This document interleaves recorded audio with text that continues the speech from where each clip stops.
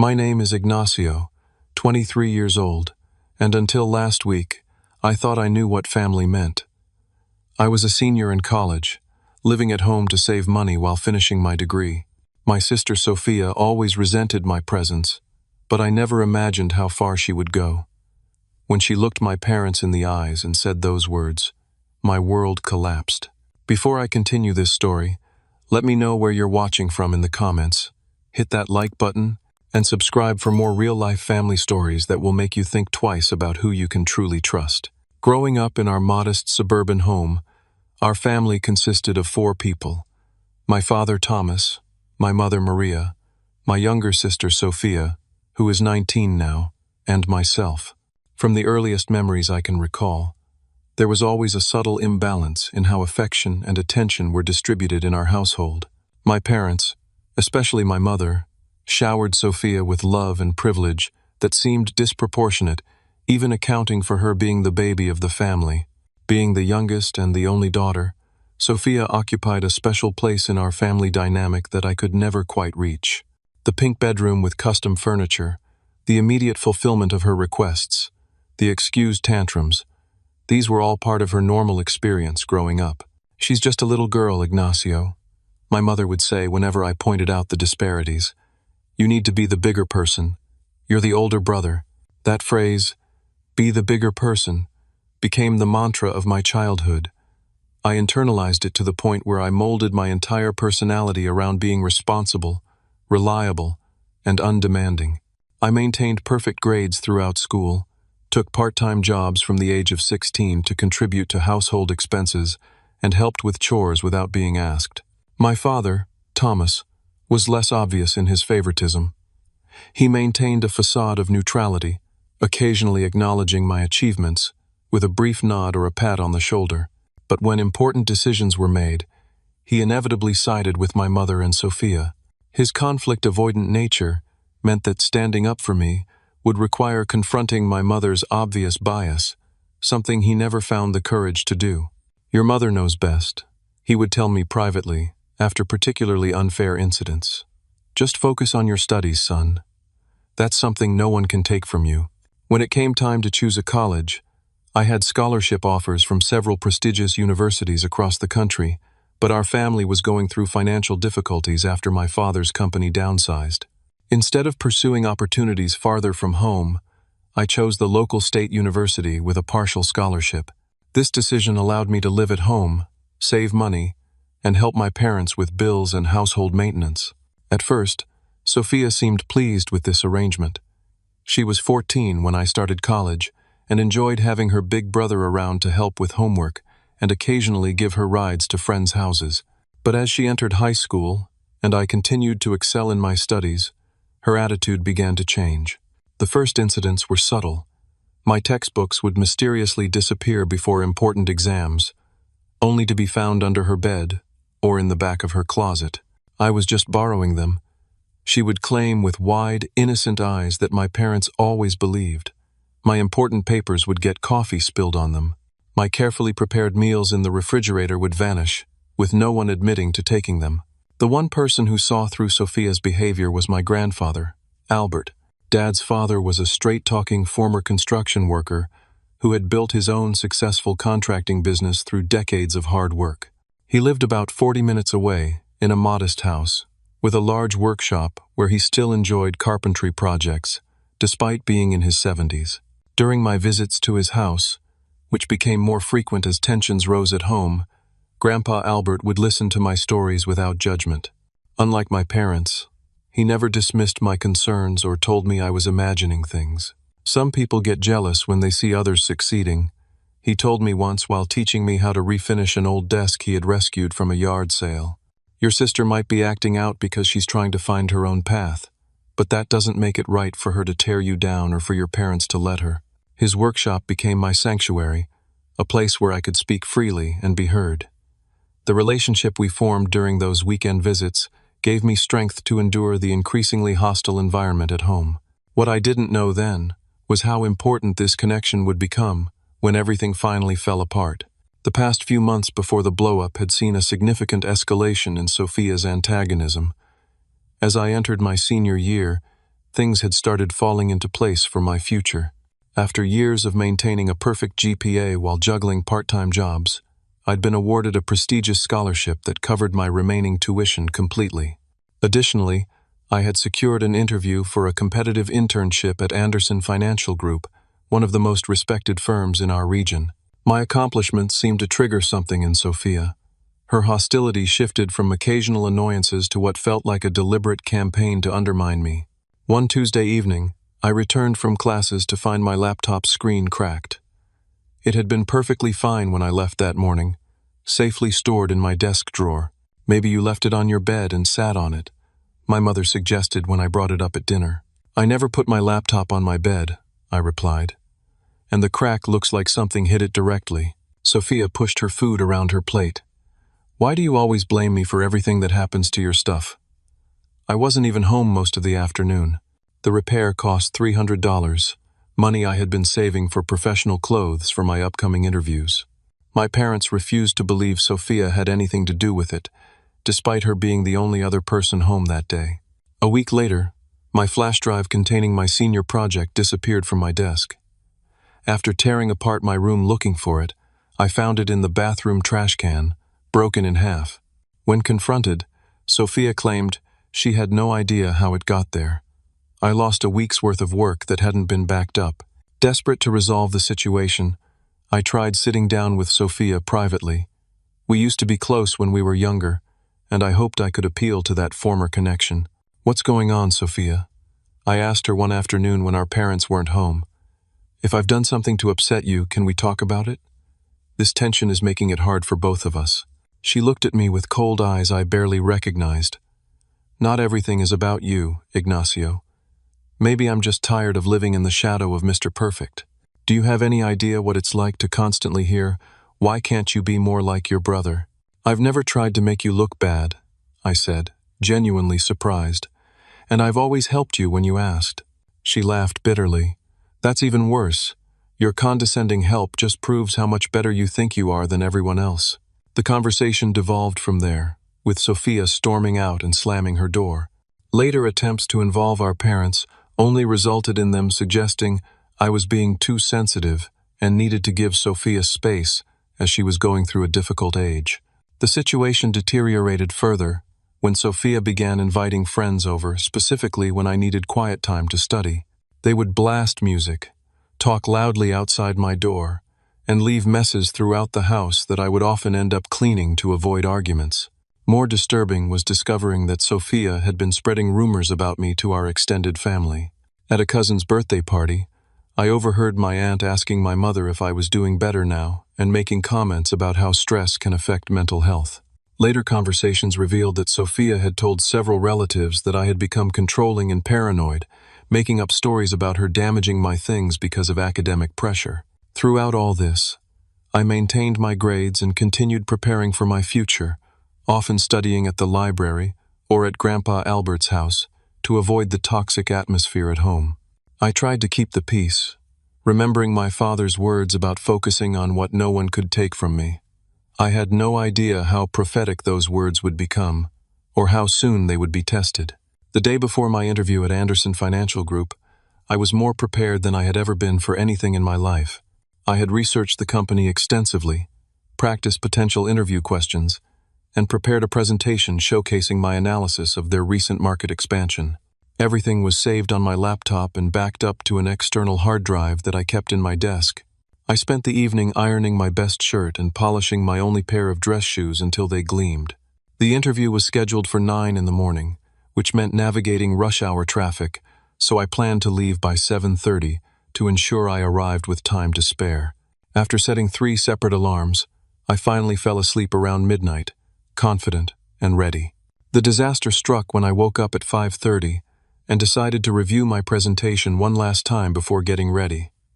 When I opened my laptop and tried to access the files, I found that everything was gone. Not just the presentation, but all my interview prep materials, resume versions, and the portfolio of projects I had compiled to showcase my skills. The entire folder had been deleted. Panicking, I reached for my external hard drive only to discover it was missing from my desk drawer. After frantically searching my room, I found it in my trash can, physically damaged with clear signs that someone had deliberately broken it. There was no question in my mind who was responsible. With my heart pounding, I marched to Sophia's room and knocked loudly. When she answered, bleary-eyed and irritated, I held up the damaged hard drive. "Why would you do this?" I asked, struggling to keep my voice steady. "Do you have any idea how important today is for me?" Sophia's expression shifted from sleepy confusion to defensive anger in seconds. "What are you talking about? I didn't touch your stupid computer stuff. Maybe you should be more careful with your things instead of always blaming me." "This wasn't an accident, Sophia. The files were deliberately deleted and the hard drive was physically broken. You're the only other person who has access to my room." "You're being paranoid again," she said, rolling her eyes. "Mom and Dad are right about you needing help." Our raised voices brought our parents to the hallway. My mother immediately went to Sophia's side, placing an arm protectively around her shoulders. "What's going on? Why are you yelling at your sister so early in the morning?" she demanded. I explained the situation, showing them the damaged hard drive and describing the deleted files. "I have my interview today. Everything I prepared is gone." My father frowned. "Are you sure you didn't accidentally delete the files yourself? Sometimes when people are stressed." "Dad, I didn't accidentally break my own hard drive and throw it in the trash," I said, frustration mounting. "This has been happening for months. My things get damaged, my work gets sabotaged, and nobody in this house seems to care." "Here we go again," Sophia said, her voice trembling in a way I recognized as her preparing to cry on cue. "He always blames me for everything. I can't do anything right in his eyes. I found the hard drive broken in my trash can," I shouted, finally losing my composure. "Who else would have done it?" "Don't you dare raise your voice at your sister," my mother snapped. "She said she didn't do it, and that should be enough." In that moment, something broke inside me. Years of swallowing injustice, of being told to be the bigger person, of watching Sophia manipulate our parents into believing her lies, it all came pouring out. "It's never enough. She's been sabotaging me for years, and you both enable her. She ruined my textbooks, she borrowed money from my wallet, she deliberately makes noise when I'm studying, and now she's destroyed materials for the most important interview of my life. And you still take her side." My parents looked shocked at my outburst. Sophia seized the opportunity and began sobbing dramatically, burying her face in our mother's shoulder. "I can't take this anymore," she wailed. "He hates me and makes up these horrible accusations. I don't feel safe with him here." She looked up at our parents with tears streaming down her face and said the words that would change everything. "I want him gone. Either he leaves or I do." The silence that followed was deafening. I expected my parents to finally see through her manipulation, to recognize the ultimatum as the childish power play it was. Instead, my father cleared his throat and looked at me with cold detachment I had never seen before. "Ignacio, I think it would be best if you found somewhere else to stay for a while. This situation has obviously become untenable." I stared at him in disbelief. "You're kicking me out? Because she demanded it?" "We're not kicking you out," my mother said quickly. "We just think everyone needs space to cool down. You're an adult now, and maybe it's time you lived independently." The night before my interview, when I have nowhere to go, I looked from one parent to the other, searching for any sign of the people who had raised me. "Are you serious right now? You can stay with friends for a few days until we sort things out," my father suggested, not meeting my eyes. "You mean until you figure out how to tell me not to come back without feeling guilty?" I said, the truth dawning on me with painful clarity. "Because that's what this is really about, isn't it? You're choosing her. You've always chosen her." No one contradicted me. Sophia had stopped crying and was watching the scene with barely concealed satisfaction. "Fine," I said finally. "I'll pack my things." I returned to my room and began throwing clothes into my old duffel bag, my hands shaking with a mixture of rage and heartbreak. Through the thin walls, I could hear my parents comforting Sophia, reassuring her that everything would be all right now. As I packed, the reality of my situation hit me. I had less than $500 in my checking account. It was the middle of winter, with temperatures dropping below freezing at night. Most of my friends lived in dorms with strict visitor policies or shared apartments where a sudden guest wouldn't be welcome. And I still had that interview in the morning, an interview I was now completely unprepared for.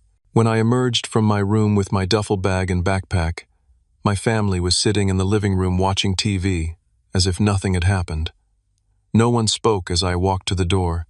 No one asked where I would go. No one said goodbye. As I put my bags in my old car, a 15-year-old sedan I had purchased with my own savings, I realized there was only one place I could go. Only one person who had consistently been in my corner. I started the engine and headed toward the one sanctuary I had left, Grandpa Albert's house. The drive to Grandpa Albert's house took longer than usual. The normally 40-minute journey stretched to over an hour as I navigated through the darkness with tears blurring my vision, forcing me to pull over twice to collect myself. The temperature gauge on my dashboard showed 28 degrees, and light snow had begun to fall by the time I turned onto his gravel driveway.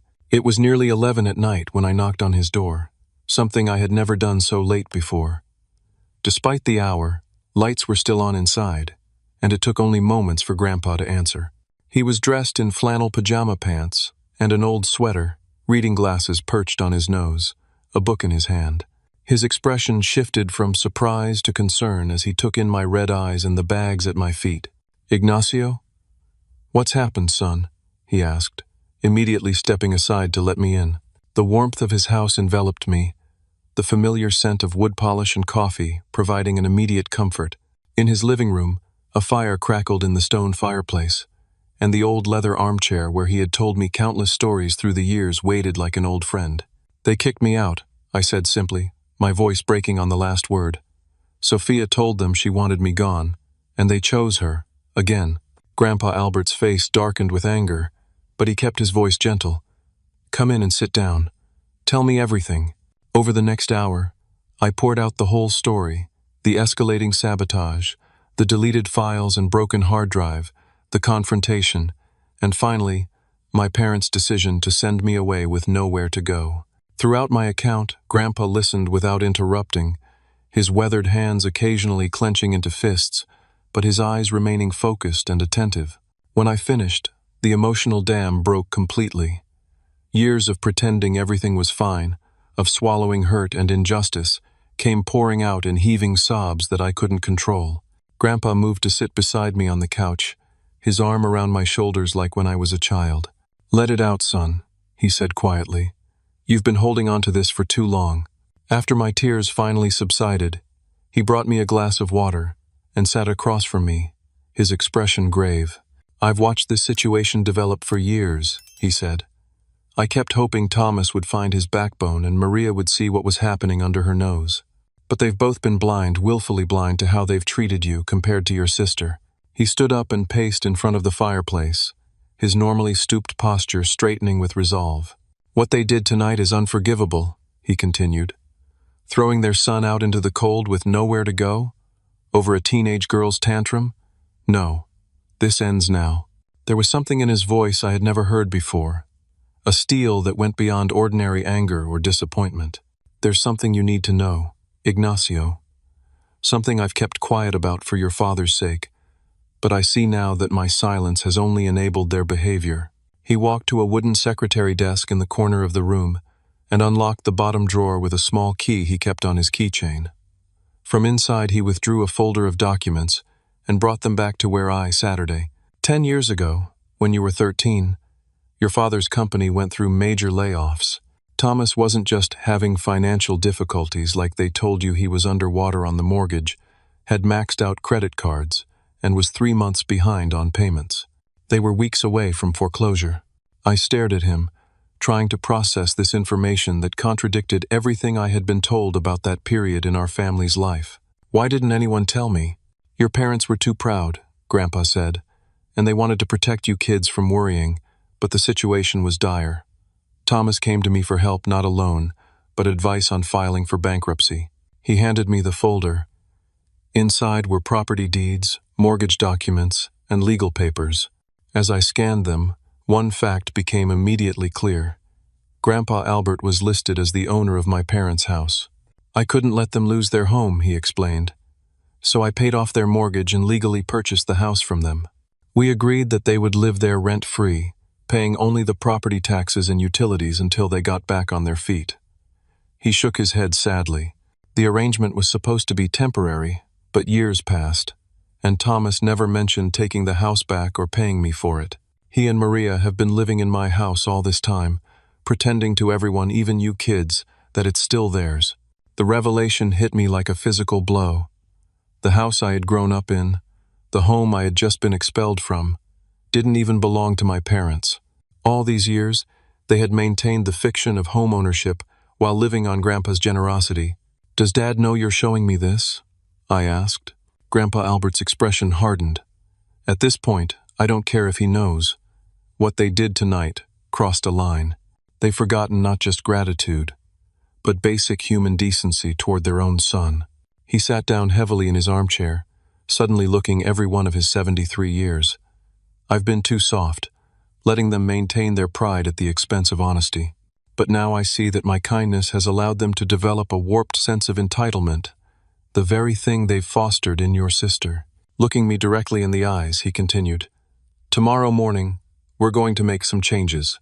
It's time Thomas and Maria remembered who actually owns that roof over their heads and what real family loyalty looks like." "What are you going to do?" I asked, both fearful and curious. "I'm going to remind them of our arrangement," he said simply, "and I'm going to give them a taste of what they just did to you. But don't worry, unlike them, I have a plan to make this right, not just tear things apart." That night, I slept in the guest room that had gradually accumulated my belongings over years of weekend visits, clothes in the dresser, books on the shelves, even my own toothbrush in the bathroom. As I drifted off to sleep, I realized that while my parents' house had never truly felt like my space, this room had always been mine without question or condition. For the first time since the confrontation, I felt a glimmer of hope. Whatever happened next, I knew I wasn't alone. And sometimes, having one person truly in your corner is enough to change everything. The next morning I woke to sunlight streaming through unfamiliar curtains and the smell of coffee brewing. For a moment, disorientation clouded my mind before the events of the previous night came rushing back.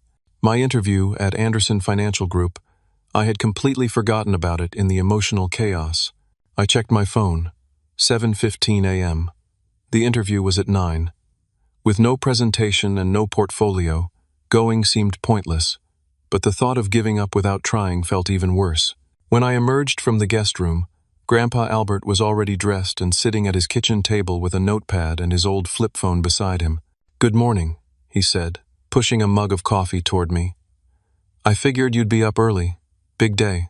"I still have that interview," I explained, "but all my materials were deleted. I'm thinking of calling to reschedule, but I'm not sure they'll allow it." "Go anyway," Grandpa said firmly. "Explain the situation honestly, not the family drama, but that your presentation was lost due to a technical issue. Show them how you handle adversity. That tells them more about your character than any prepared speech." His advice made sense. I quickly showered and dressed in the clothes I had packed. They were slightly wrinkled from being stuffed in my duffel bag, but presentable enough. "I'll be back this afternoon," I told Grandpa, as I prepared to leave.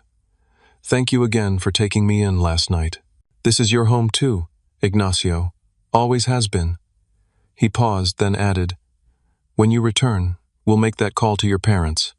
I think it's best if you're here for it." The interview went better than I could have expected under the circumstances. I explained to the hiring committee that I had experienced a data loss incident the night before and asked if I could walk them through what my presentation would have shown instead. They agreed, and I spent the next hour demonstrating my knowledge of their company and answering their questions with as much confidence as I could muster. "Resilience and adaptability are qualities we value highly," the senior partner told me as we concluded. "We'll be in touch next week." By the time I returned to Grandpa's house, it was just past noon. I found him in his workshop, methodically sanding a piece of wood that would eventually become part of a rocking chair he was building. "How did it go?" he asked, setting aside his tools. "Better than expected," I replied. "They seemed impressed that I showed up at all after losing my materials." He nodded approvingly. "Good. Now, are you ready for the next challenge?" Inside the house, Grandpa Albert placed his phone on the kitchen table and put it on speaker mode before dialing my father's number. It rang 3 times before Dad answered. "Dad? What's up?" "Thomas," Grandpa said, his voice calm but cold in a way I had never heard before. "I'm calling about Ignacio. He showed up at my door last night with nowhere else to go." There was a pause before my father responded, his voice defensive. "We had a situation here. Sophia was upset." "I know exactly what happened," Grandpa interrupted. "Ignacio told me everything. What I want to know is how you and Maria could throw your own son out with no warning and nowhere to go." "It's not like that," Dad protested. "We just needed some space to cool down. He could have stayed with friends." "In the middle of winter? At 11 at night? With an important interview the next morning? After his sister deliberately sabotaged his work?" I could hear my father sigh on the other end. "Dad, you don't understand the dynamics here. Sophia has been feeling—" "Put Maria on the phone too," Grandpa said sharply. "I want both of you to hear what I have to say." There was muffled conversation in the background before my mother's voice joined the call. "Albert? What's going on?" "I'm going to say this once," Grandpa began, his voice steady and authoritative. "I am deeply disappointed in both of you. For years I've watched you favor Sophia while expecting Ignacio to be the responsible one, the forgiving one, the one who never complains no matter how unfairly he's treated. I said nothing because I didn't want to interfere in how you raised your children. That was my mistake." Neither of my parents spoke, but I could almost feel their tension through the phone. "Ignacio has been nothing but supportive of your family," Grandpa continued. "He chose a local college to save money and help with bills. He's maintained perfect grades while working part-time. He's been patient with his sister's jealousy and your blind eye to her behavior. And how do you repay him? By throwing him out when he finally stands up for himself." "Albert, we didn't throw him out permanently," my mother said, her voice tight. "We just needed a cooling-off period." "Don't lie to me, Maria," Grandpa snapped. "You made no arrangements for where he would go. You didn't even ask if he had enough money for a hotel. You didn't call to check if he arrived safely somewhere. Your actions show exactly what you intended." Another uncomfortable silence filled the line before my father spoke again. "Dad, I understand you're upset, but this is between us and Ignacio. We'll sort it out as a family." "That's where you're wrong, Thomas. This became my business the moment you forgot who owns the house you're living in." The stunned silence that followed told me my parents hadn't expected this direction. "What are you talking about?" my mother finally asked. "The house. Your house. My house. Actually, as the deed and mortgage clearly show. The house I purchased 10 years ago when you were facing foreclosure. The house you've been living in rent-free all this time while pretending to everyone, including your children, that it still belongs to you." "Dad," my father said, his voice suddenly shaky. "We agreed that arrangement was private." "And you agreed it was temporary," Grandpa countered. "Yet here we are, a decade later, and you've never once mentioned taking back ownership or reimbursing me." "That's fine, I never expected the money back. What I did expect was gratitude and decent treatment of both your children." I could hear my mother starting to cry. "Albert, please, we didn't mean—" "You have 1 week," Grandpa interrupted, his voice firm. 1 week to pack your things and leave my house." The shock on the other end of the line was palpable. "You can't be serious," my father stammered. "Where would we go? We don't have savings for a deposit on another place." "Should have thought of that before you put your own son in exactly the same position, shouldn't you?" Grandpa replied coldly. "But what about Sophia?" my mother asked desperately. "She's still in high school. We can't just uproot her." "You should have considered that before allowing her to demand Ignacio's removal," Grandpa said. 1 week. I'll be by on Saturday to check your progress." With that, he ended the call. The kitchen fell into silence as the gravity of what had just happened settled over us. "Did you really mean that?" I asked finally. "About making them leave in a week?" Grandpa Albert's stern expression softened as he looked at me. "Not entirely, no. I wouldn't actually put them on the street. I'm not cruel like they were to you.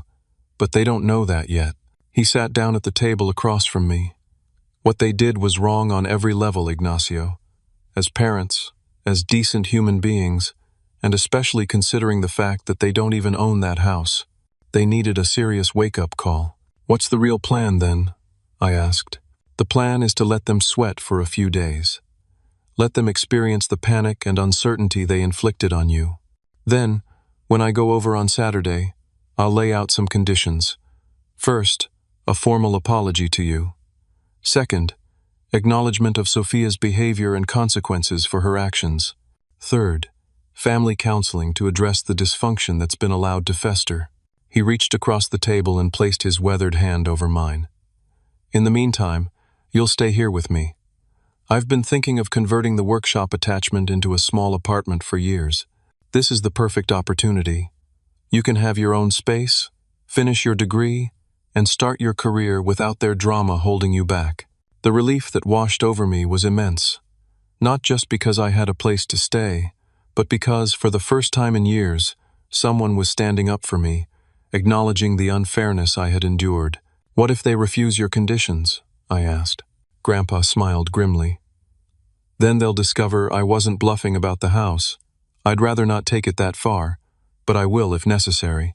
Some lessons need to be learned the hard way." As we sat discussing the details of his plan, I felt something shift inside me. The hurt and betrayal were still there, but alongside them grew a new sensation, the quiet strength that comes from knowing your worth and refusing to accept less than you deserve. Whatever happened with my family going forward, I would never again be the one who silently accepted mistreatment in the name of keeping peace. The week passed in a strange mix of tension and calm. I stayed with Grandpa Albert, helping him in his workshop during the hours I wasn't studying or applying for post-graduation jobs. My parents called my phone multiple times each day, but I followed Grandpa's advice and let the calls go to voicemail. Their messages evolved from defensive explanations to increasingly desperate pleas as the reality of their situation sank in. On Saturday morning, exactly 1 week after the phone call, Grandpa and I drove to my parents' house, his house, legally speaking, to follow through on his ultimatum. We pulled into the driveway just before 10 in the morning to find my father's car and mother's minivan both parked out front, a clear indication they were waiting for us. "Remember," Grandpa said as we sat in his truck gathering our thoughts, "no matter what happens in there, you have nothing to apologize for. Stand your ground." The front door opened before we reached it. My father stood there, looking like he hadn't slept in days. His normally neat appearance was disheveled, with stubble on his chin and dark circles under his eyes. "Dad, Ignacio," he greeted us with visible relief. "Come in, please." The living room had been cleaned meticulously, with my mother perched nervously on the edge of the sofa. What surprised me was seeing Sophia sitting in the armchair by the window, her usual confident posture replaced by something more subdued. No one spoke for a long moment after we entered. The air felt thick with unspoken words and emotions. "Well," Grandpa finally broke the silence, "I see you're all still here. Have you started packing?" My mother's eyes filled with tears. "Albert, please. We need to talk about this reasonably." "I believe I was quite reasonable on the phone," Grandpa replied, remaining standing even as my father gestured toward the empty seats. "I gave you a full week, which is more consideration than you gave Ignacio." My father stepped forward. "We made a terrible mistake. We know that now. But surely there's a solution that doesn't involve uprooting our entire family." "There is," Grandpa agreed. "But it requires more than just words. It requires acknowledging what's been happening in this house for years and making real changes." He set his car keys on the coffee table with deliberate slowness. "For you to keep living in my house, there are conditions. First, a genuine apology to Ignacio, not excuses, not justifications, but a real recognition of how you've failed him. Second, Sophia needs to face consequences for her actions. And third, this family needs professional help to address the dysfunction that's been allowed to fester." My father looked down at his hands, then back up at Grandpa and me. Something in his expression had changed. The defensiveness was gone, replaced by what looked like genuine shame. "You're right," he said quietly. "About all of it." He turned to face me directly. "Ignacio, I failed you as a father. Not just that night, but for years before it. I took the path of least resistance, siding with your mother and Sophia because it was easier than standing up for what was right. I convinced myself I was keeping the peace, but all I was doing was teaching you that your feelings didn't matter as much as theirs. The raw honesty in his voice caught me off guard. This wasn't the practiced, political non-apology I had expected. I let my own insecurities about providing for this family cloud my judgment, he continued. After nearly losing the house, I felt like less of a man, less of a father. Your mother's approval became even more important to me, and she's always favored Sophia. It was wrong, and you deserved better. My mother, who had been silently crying, finally spoke. I don't know if I can be as eloquent as your father, she said, her voice wavering. But he's right. We failed you, Ignacio. I failed you. She wiped her eyes with a tissue. I've always found it easier to connect with Sophia. She's more like me, more emotional, more expressive. You've always been so self-sufficient, so capable, that I told myself you didn't need as much from me. That was my excuse for giving you less attention, less support, less defense, when conflicts arose. She looked down at her hands. But the truth is, I've been unfair. I saw what I wanted to see with Sophia, and I ignored what was inconvenient. I convinced myself her behavior wasn't as bad as you claimed, because facing that truth would mean facing my own failure as a mother. Their words were everything I had wanted to hear for years, yet now that the moment had arrived, I found myself uncertain how to respond. Part of me wanted to embrace their apology immediately, to rush back into the comfort of believing my family could heal. Another part remained wary, remembering countless previous disappointments. Before I could formulate a response, movement from the corner of the room caught my attention. Sophia had risen from her chair and was approaching me, her face a mix of defiance and vulnerability I had never seen before. In her hands was a USB drive. "This is yours," she said, holding it out to me. "It's a backup of all your files from that night. I never deleted them from your computer. I just moved them to a hidden folder and made it look like they were gone. And I switched your hard drive with a broken one from my drawer." I stared at her, processing this information. "Why would you keep a backup if you wanted to sabotage me?" She shrugged, not meeting my eyes. "I don't know. I guess. I wanted to hurt you, but not ruin you completely. I was going to slip it into your bag the next day after you'd already missed your interview." She finally looked up. "I didn't think they would actually kick you out." "That doesn't excuse what you did," I said, taking the USB drive. "You deliberately tried to sabotage something you knew was important to me." "I know," she admitted. "I've been terrible to you, and there's no good reason for it. Just stupid, petty jealousy." She took a deep breath. "You make everything look so easy. School, jobs, making mom and dad proud. You never seem to struggle or mess up. Do you have any idea what it's like trying to follow that? To always be compared and found wanting?" "I never asked to be held up as an example," I responded. "And things weren't easy for me either. I just didn't complain because I knew nobody would listen." "I'm listening now," she said quietly. "And I'm sorry. Not just for the files, but for everything.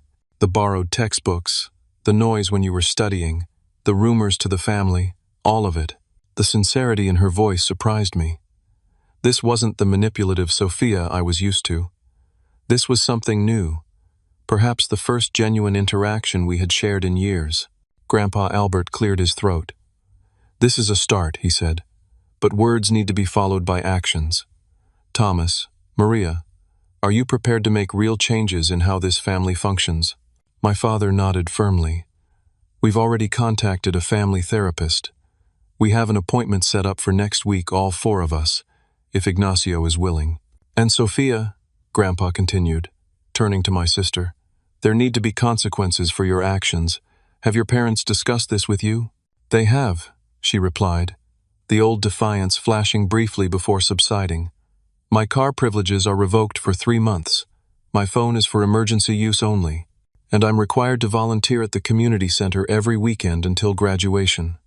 She hesitated, then added, "It's fair. More than fair, actually." The conversation continued for hours, with painful truths being excavated and examined from all sides. Old wounds were reopened, but this time with the intention of cleaning them properly so they could finally heal. Throughout it all, Grandpa Albert remained a steady presence, guiding the discussion when it threatened to veer into blame or defensiveness. By late afternoon, we had reached an understanding. My parents would keep the house, but with formalized conditions about how all family members would be treated going forward. Sophia would face consequences for her actions, while being given the opportunity to rebuild trust. And I faced the most difficult decision of all: whether to move back home or maintain the independence I had begun to establish at Grandpa's house. As we prepared to leave, my mother asked the question directly, "Will you come home, Ignacio?"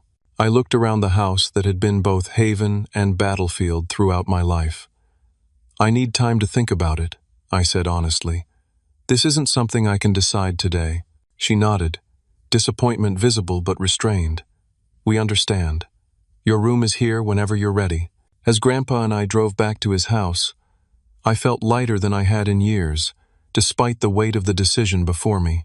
Whatever choice I made would be mine alone, not dictated by obligation or guilt, or the need to keep peace at my own expense. "You handled that well," Grandpa said as we turned onto his street. "Better than most adults twice your age would have." "I learned from the best," I replied, earning a rare smile from him.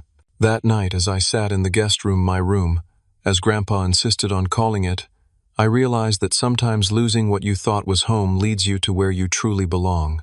And sometimes the family you need isn't always the one you were born into, but the one that stands by you when everything falls apart. After considerable reflection, I made a decision that surprised even myself. I would not return to my parents' house permanently. Instead, I accepted Grandpa Albert's offer to convert his workshop attachment into a small apartment where I could live independently while finishing my senior year. This choice wasn't made from anger or resentment, but from the recognition that I needed space to heal and grow on my own terms. "Your room at home will always be there if you change your mind," my mother said when I told them my decision, disappointment evident in her voice, but tempered with a new respect for my autonomy. "This isn't about rejecting you," I explained. "It's about giving our family the space to rebuild properly, without falling back into old patterns too quickly." Over the following weeks, we established new boundaries. I visited for Sunday dinners and participated in the weekly family therapy sessions that had become a non-negotiable part of our healing process. These sessions were often uncomfortable, with buried feelings resurfacing and hard truths being acknowledged, but they were necessary excavations of the dysfunction that had taken root in our family. Sophia's transformation was perhaps the most remarkable. Without an audience to perform for, her manipulative behaviors gradually subsided. Our therapist helped her understand how her feelings of inadequacy had manifested as jealousy and sabotage, and she began channeling her energies more constructively. Her volunteer work at the community center, initially imposed as a punishment, evolved into a genuine passion as she discovered her talent for working with children. "They don't compare me to anyone else," she explained during one of our tentative one-on-one conversations. "They just like me for who I am." My parents, too, were making efforts to change. My father became more assertive in family decisions, no longer defaulting to the path of least resistance.